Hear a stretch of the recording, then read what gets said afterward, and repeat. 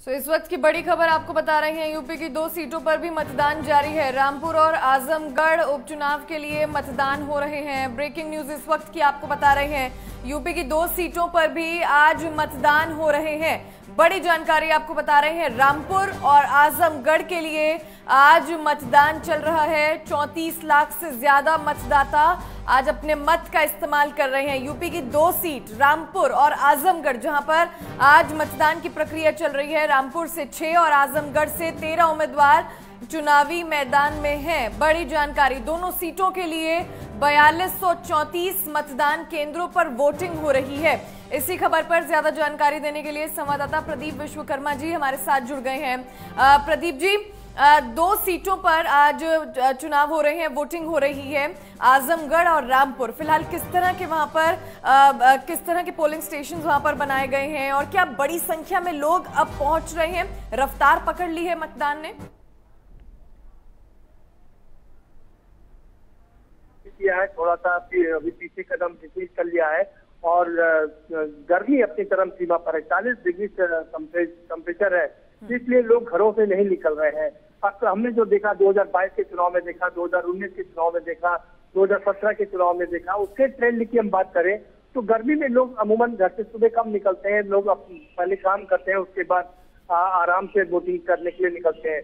तो जब अभी प्रतिशत बढ़ने की बात है तो अब से कुछ देर बाद यानी कि 10 बजे के बाद प्रतिशत थोड़ा सा बढ़ेगा और ये 12 बजे तक बढ़ता रहेगा।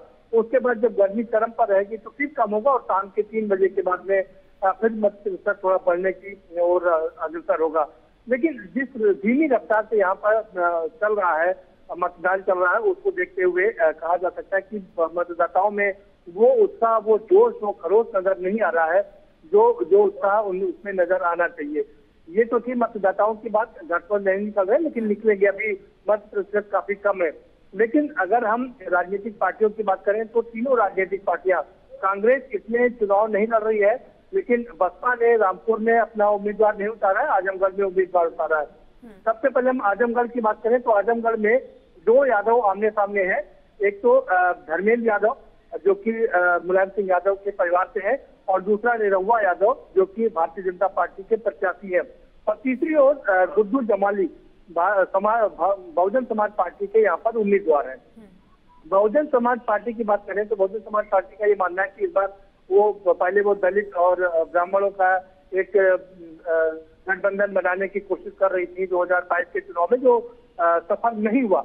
और अब उन्होंने फिर से डीएम फैक्टर को अपनाया है, दलित और मुस्लिम फैक्टर पर फोकस किया है। यही कारण है कि रामपुर में उन्होंने, क्योंकि वो अल्पसंख्यक की तादाद है वहां पर, तो वहां पर उन्होंने अपना उम्मीदवार नहीं उतारा है एक मुस्लिमों को संदेश देने के लिए। लेकिन आजमगढ़ में गुड्डू जमाली को उतारा है, जिससे कि सपा की तरफ जो मुस्लिम वोट चला गया था 2022 के चुनाव में, वो वापस आ जाए। और अगर ये फैक्टर उनका काम किया तो 2024 में वो इसको बरकरार रखेंगी, क्योंकि 23% दलित है और 20% मुसलमान है, अल्पसंख्यक है। तो ऐसे में 43% होता है। ठीक है प्रदीप जी, ये तो बात रही आजमगढ़ की। रामपुर की भी बात करेंगे। यूपी की 2 लोकसभा सीटों पर भी चुनाव जो है चल रहा है, रामपुर और आजमगढ़। हमारे संपादक जो हैं प्रदीप विश्वकर्मा जी हमारे साथ जुड़े हुए हैं। प्रदीप जी, आजमगढ़ की बात आप कर रहे थे, रामपुर की अगर बात करें तो रामपुर में फिलहाल वहां पर किस तरह का माहौल है? क्या पोलिंग स्टेशन पर भीड़ है? क्या रफ्तार पकड़ी है मतदान में? और कौन कौन से पार्टी के प्रत्याशी जो है चुनावी मैदान में है? देखिए, जिस तरह से आजमगढ़ में रफ्तार नहीं पकड़ पा रही, रामपुर की हालत भी करीब करीब वही है। यहाँ भी अभी रफ्तार काफी सुस्त है, लेकिन हम कह सकते हैं अब से थोड़ी देर बाद ये रफ्तार अपनी तेजी पकड़ेगी।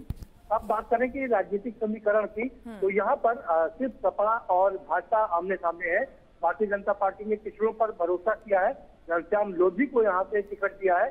तो वहीं समाजवादी पार्टी ने अपने जो दलित और मुस्लिम और यादव यानी कि MY फैक्टर पर भरोसा किया है, यहाँ से एक मुस्लिम को चुनाव लड़ा रहे हैं।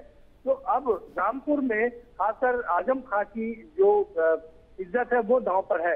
क्यों? उनका लिटमस टेस्ट यहाँ पर होना है, क्योंकि अभी वो जेल में रह करके आए हैं, अब वो बाहर आए हैं और आजमगढ़ और रामपुर दोनों जगह पर वो लगातार प्रचार कर रहे हैं। अखिलेश यादव ने अपने आप को इन चुनावी प्रचार से दूर रखा है, जिस पर सवालिया निशान भी खड़े हो रहे हैं।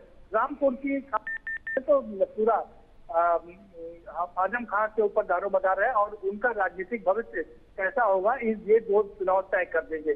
वहीं ये चुनाव ये भी तय करते हैं कि बसपा का भविष्य क्या होगा।